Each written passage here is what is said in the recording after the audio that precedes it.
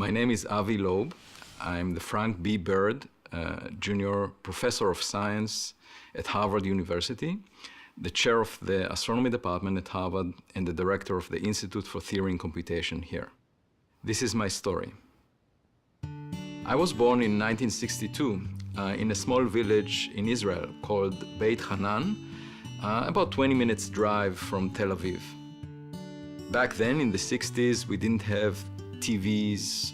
We got a television in 1967. It used to be a very relaxing lifestyle in the village, working in the farm on a daily basis. I used to work in the fields, collect eggs every afternoon. I used to drive a tractor. On weekends, I would go to the hills next to my village to read philosophy books, which were my favorite. I could have continued working in the farm until now, except that intellectual work seemed to be more appealing to me.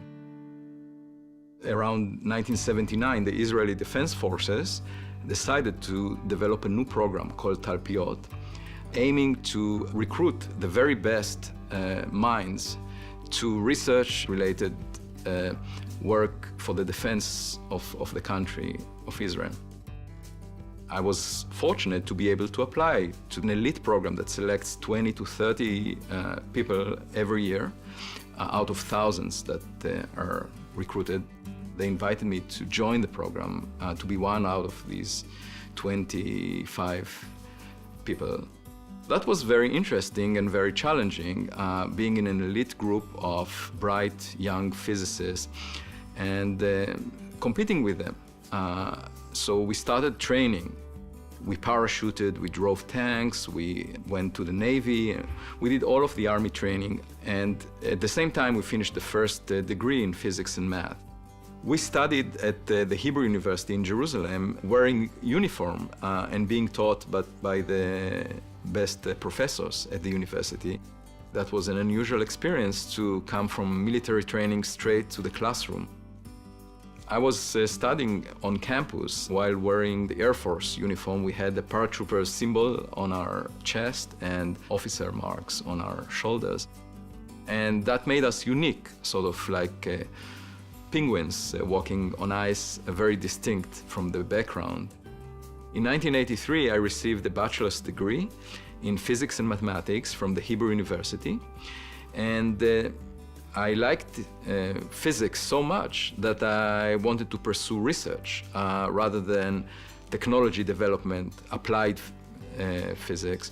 And so I proposed a project at the Sorek Nuclear Research Center that would allow me to do research. And the project was in plasma physics, which became the topic for my PhD thesis. And I finished my PhD 2 years later at the age of 24, the first in the Talpiot program to receive a PhD. During the end of my military service, I met Marshall Rosenbluth, who was a prominent plasma physicist, the most prominent, the Pope in plasma physics in the US at the time. And he was very impressed with the research I do and recommended that I visit Princeton, the Institute for Advanced Study, where Einstein was a faculty member many years before. When I arrived to Princeton, it was a complete culture shock. Not only the vocabulary that was being used by astronomers was foreign to me, the language itself, English, was not my native language, and so I had to get used to speaking with other people in a culture that is somewhat different, on a topic of research that is challenging, surrounded by extremely bright people that are trying to prove that they're much smarter than I am. And so it was not easy to survive that environment. I didn't know some generic words that are being used by the astronomers. I didn't even know how the sun shines, so I had to learn all the vocabulary and all the details. I had to basically invent myself, find out research areas that would be of interest. When I applied to faculty positions, I was accepted to 3 places, one of which was Harvard. Arriving to the Harvard Smithsonian Center for Astrophysics was very fortunate for me because here there was a very intellectually rich environment with a lot of people doing different aspects of astrophysics. There are researchers from a diverse set of backgrounds. working under the umbrella of the Center for Astrophysics, some of which belong to the Smithsonian institutions, some of which belong to Harvard University, but they work in the same environment and collaborate on research. And the diversity of personalities and researchers is the richest that there is in astrophysics worldwide. It's a great privilege to work in this environment. I think that addressing fundamental questions in science requires original points of view. And you don't get that if everyone does the same thing, looks the same, and has the same gender. If you have a diverse set of people, often they think differently about a problem. People that are always afraid of what others might think about them are not innovating. People that are afraid of making mistakes are not innovating. People that want to resemble other people are not innovating.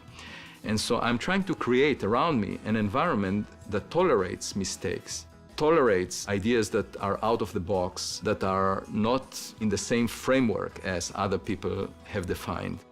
They think that, in fact, it would improve their prospects for getting a job if they were to simply follow the mainstream research along the lines that one of the more senior colleagues defines.